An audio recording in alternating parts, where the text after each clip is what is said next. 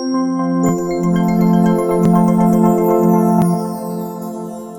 besedi sedaj vabim predsednika Državnega sveta Republike Slovenije, gospoda Alojza Kovšco.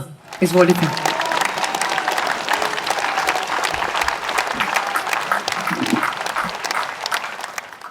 Spoštovani veleposlanik Republike Ukrajine, Vaša ekscelenca gospod Mihail Brodovič, spoštovani in dragi Ukrajinci, spoštovani vsi, ki ste se danes zbrali na tem kraju, ker vam ni vseeno in ker imate pogum imenovati zlo s pravim imenom.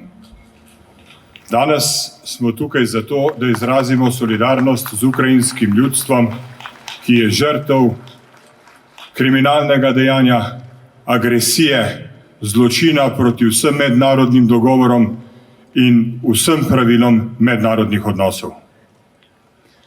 Danes smo tukaj zato, da se spomnimo leta 1991, ko se je isto dogajalo tudi nam. Danes smo tukaj tudi zato, da zavrtimo film zgodovine še malo v preteklost in se spomnimo neke druge Evrope, ki je nekemu drugemu diktatorju puščala proste korake in v strahu pred svetovno vojno dopuščala eno za drugo manjšo vojno in se na koncu zopet znašla v svetovni vojni. Te Evrope ni več. Današnja Evropa je drugačna. Naučila se je iz svojih napak. Današnja Evropa je enotna, močna, trdno odločena, da brani svobodo sveta.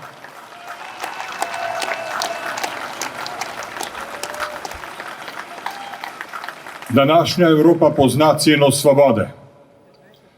Plačali jo bomo z višjimi cenami energentov, s krizami v našem gospodarstvu. Ampak ne bomo dopustili, da začnejo padati domine svobode in demokracije. Kajti, če danes ne pomagamo Ukrajincem, da ohranijo svojo svobodo, se moramo začeti pripravljati na vojno, ki se bo odvijala na naših tleh.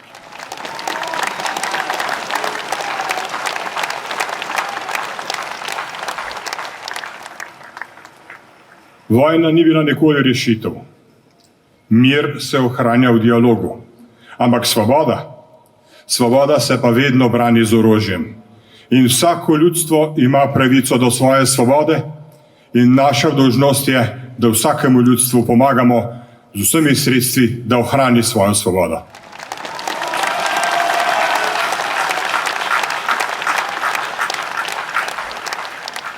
Na tem mestu bi rad izrazil solidarnost z vsemi tistimi, ki so izgubili svoje najbližje v teh dneh agresije. Brez dvoma še več jih bo. Brez dvoma se ukrajinski narod nahaja pred hudo preizkušnjo. Ampak tudi z našo pomočjo verjamem, da bodo to preizkušnjo prebrodili. In od tukaj kličem tistim junakom, ki prav zdaj s puško v rokah branijo svojo očetnjavo. Slovenija je z vami je ves svobodni svet, zmagali boste.